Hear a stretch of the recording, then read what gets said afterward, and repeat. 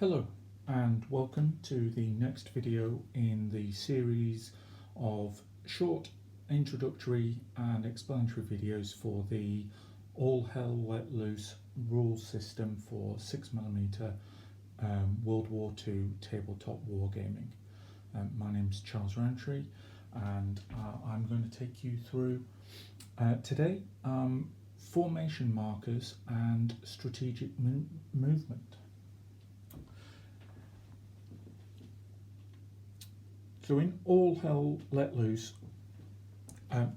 formations either deploy physically onto the table with all of the various units and elements deployed, or they can maneuver in what we call strategic mode.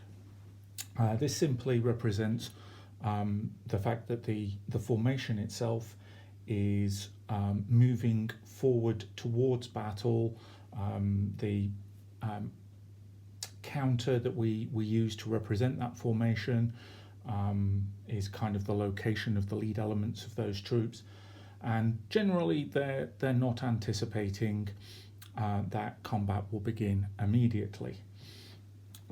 This helps speed up the game because you're just moving a single counter rather than 12 or 14 individual elements. It allows fog of war, enabling players to disguise the location of key formations and troops, and also enables the insertion of additional counters representing fog of war, so what we would refer to as dummy counters representing potential troops that turn out to be nothing of the sort. So what I've done is I've just laid out the city and I'm just setting up a fictional scenario for American forces and German forces just meeting in a city, kind of a meeting engagement, just to demonstrate kind of how the strategic markers operate and work. So what I've done is I've picked one infantry formation and one armoured formation for each of the Germans and the Americans, and I've also placed a single dummy counter. I've put some variation into the troop types, but that's not really relevant. What we're going to show today is how these counters move, how they are deployed either voluntarily or involuntarily, and just really kind of take you through the dice out of the bag activation system.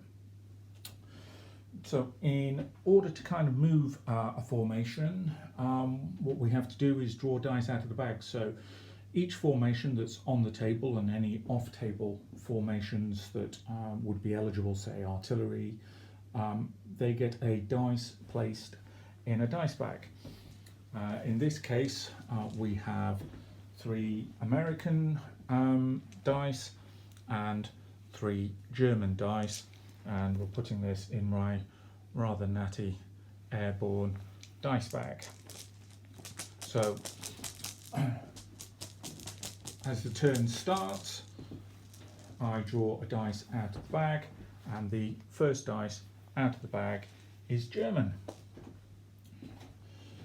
So what I do now is I select a German unit and I get to move that unit up to 12 inches. If it's travelling entirely along a road, then it can move double that, but given that we're in a city, that doesn't quite count, so this is definitely going to be a 12-inch move. And I think what I'm going to do is I will bring this one slightly forward. I don't want to bring it all the way forward. I'm just going to bring it up slightly. We'll see what the next dice out of the bag is. Now, because it's in strategic mode, I don't have to roll for it to do anything. It will always kind of do exactly what I want. The next dice out of the bag is also German. So what I'm going to do now is bring my next unit further forward.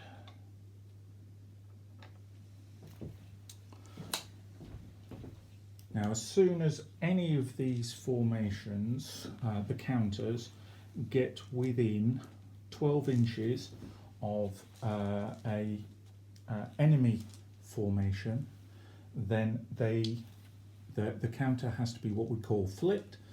That reveals which formation it is, and those troops are placed on the table.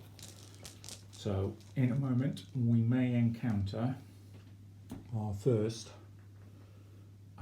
flipping. And so in this, it's the Americans' turn, and I think what I'm going to do here is I will bring this American unit forward, and as soon as it gets to within 12 inches of this unit over here, then I kind of force that to flip. And essentially what that's representing is that the lead elements have spied the enemy troops. Both sides now undertake their deployment, and they start deploying. However, there's now an order in which this deployment takes place. Because the Americans moved into range of the Germans and reached the 12-inch deployment range, the German player is forced to deploy first. So the German player turns over their counter, it's number 3, which corresponds to their dummy formation, and so the German counter is removed. The Americans were obviously spooked and have now to deploy their formation.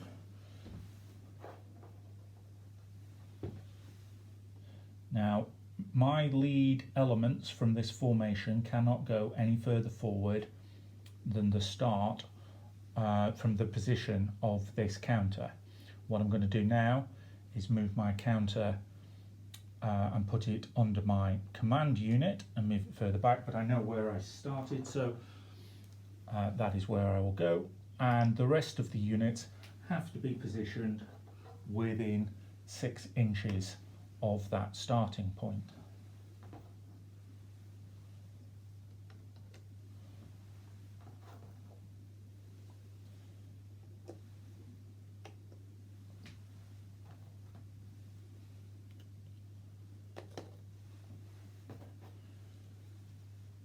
Okay, and what it's worthwhile doing, and I've forgotten to do that, is to put a dice next to the units when they have gone, to indicate that they've already acted this turn.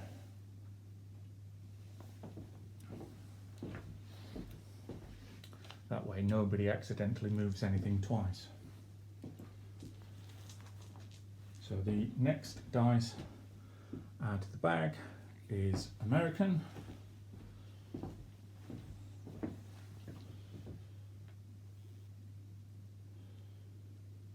So again, I think the Americans will just move a little bit forward. I don't want to actually flip them. I'm just going to move forward a little bit.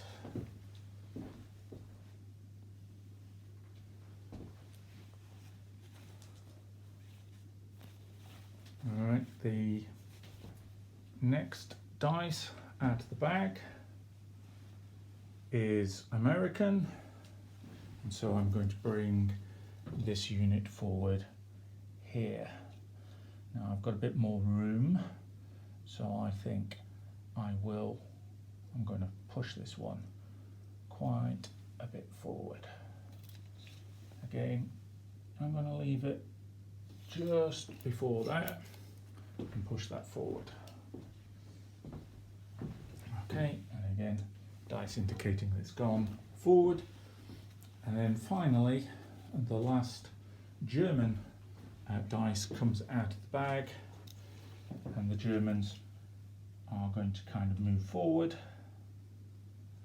So, but again, as soon as I reach 12, I have to stop because that is where we have to deploy.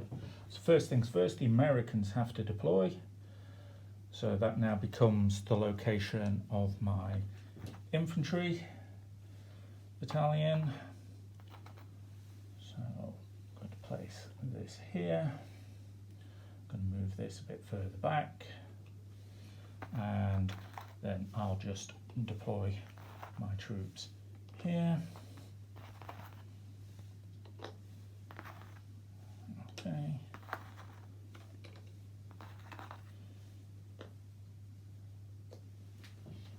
And now the German unit has to deploy.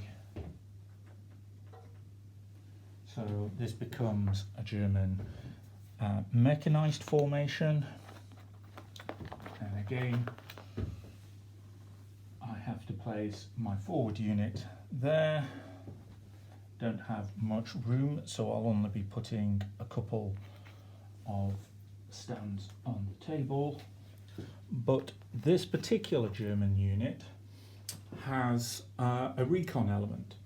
Now, when a formation comes out of strategic mode, whilst normally you cannot place any unit further forward than the marker, the recon elements can actually move and vary up to 6 inches further away. So what I will do is bring my recon units out of deployment and place them further forward. Obviously, this can then result in further enemy units being forced to flip, and that is part of the role of recon units in the game. There are additional elements within combat, but certainly in the early strategic phase, recon units can be used to force your opponent to deploy.